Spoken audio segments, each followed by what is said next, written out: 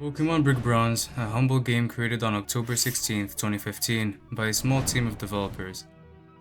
This game was based on Pokemon, as you could probably tell, with its own plot twists and interpretation, such as Roblox trainers and custom cities and maps and gyms.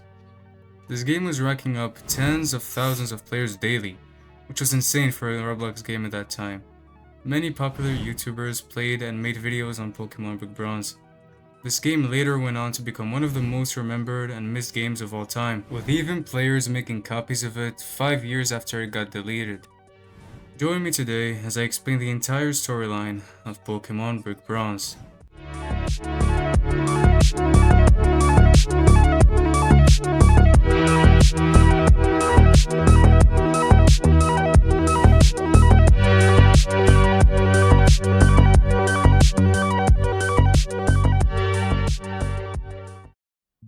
The game takes place in the Roria region. You start off in Midis Town and meet your rival, Jake. He tells you to go to the digging site to talk with your parents. You guys go to the lab and you pick your first starter from Professor Cypress. Remember him for later. You and Jake, whose starter is somehow Eevee, have a battle. Thanks, Jake. You got a starter that's not even a starter. As you're exploring Route 1, Jake runs up to you and tells you to go back to town. Then, Professor Cypress out of nowhere tells you that your parents were abducted by Team Eclipse, which is basically a knockoff version of Team Rocket. Your parents gave you a mysterious bronze brick necklace before they were kidnapped. You head over to Chesma Town and a random lady steals your necklace. You go fight her and get your necklace back. You then head on to Sylvan City where you defeat Gym Leader Chad to get your first ever gym badge. You then head on to Brimber City where the second gym is located. However, the gym leader tells you that you can't challenge the gym yet since some Team Eclipse members stole a red orb used to awaken Groudon in the volcano next to the city. You head to the volcano, fight some Team Eclipse members, but they've still managed to awaken Groudon, and he lets out a roar, scaring Team Eclipse out of the volcano. The gym leader steps in and takes the red orb back. You then head to the gym to get your second badge. After getting your second badge, you head to Rose Cove City to get your third badge, but surprise, Team Eclipse is already there at an old man's house. This time, Team Eclipse is here because they want the blue orb to awaken Kyogre, similar to how they woke up Groudon. You head over there, fight them off, but one of them grabs the blue orb, wakes up Kyogre, and Kyogre Hydro pumps the Team Eclipse leader into the sky. After all of this, you meet your other rival, Tess, who is the old man's granddaughter.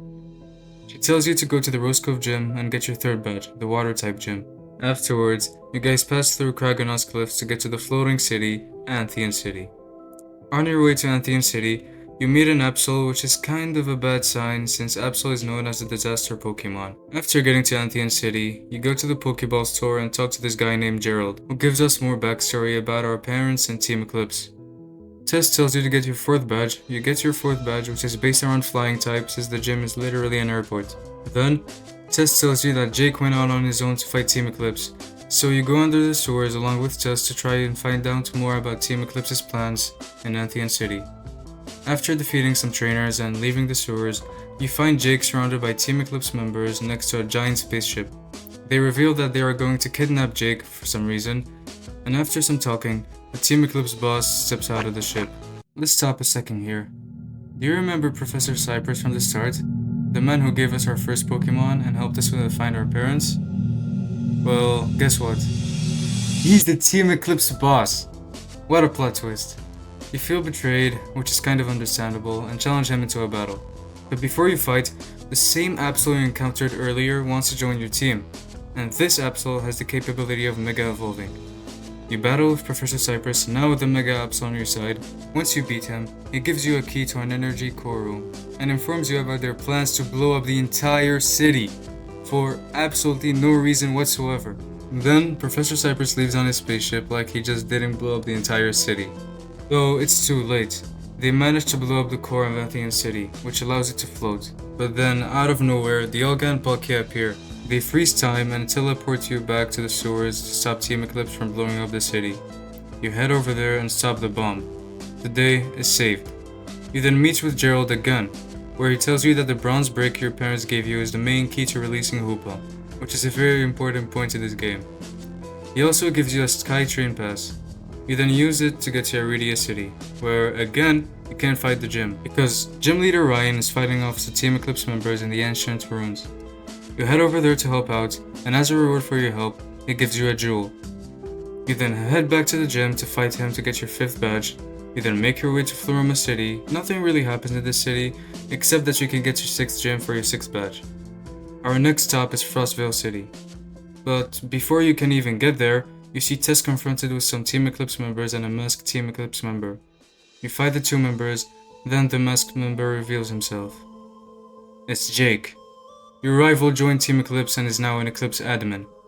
You fight him, and after the battle, you and Tess feel distraught. You then head to Frostvale City, where just like Floroma City, nothing really adds up to the story here.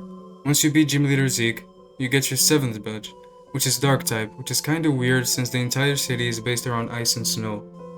Anyway, you then immediately head to Port Deca where you get Surf, which is gonna allow us to get to the last gem in Crescent Town, where Team Eclipse's hideout is located.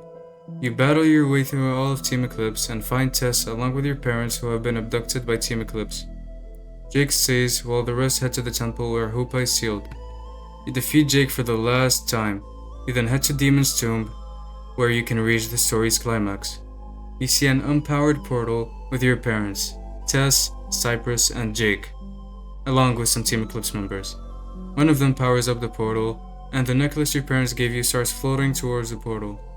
Cypress takes the bottle, and Hoopa is awakened. You then take on Boss Cypress for the very last time. Once you defeat him and his Mega Charizard X, Hoopa opens up the portal. Then, in the middle of Professor Cypress monologuing, Jake yeets Cypress into the portal and forces the members in the portal too. Then, after some talking, the portal doubles in size. After Tess and Jake talk a bit, a crate gets sucked into the portal and Tess is about to get pushed into the portal too. But Jake saves her and gets sucked into the portal instead, and Hoopa broke the portal. You then challenge Hoopa into a battle where you have a chance to catch him. Then, it's all over. You save the world, Jake is gone, Cypress is gone, Team Eclipse is no more, back to your gym badges. You head back to Crescent Town for the gym, you battle it out and get your 8th gym badge, the last one. You're now ready for the Pokemon League. The story ends there since Nintendo took down the game before the Pokemon League was out.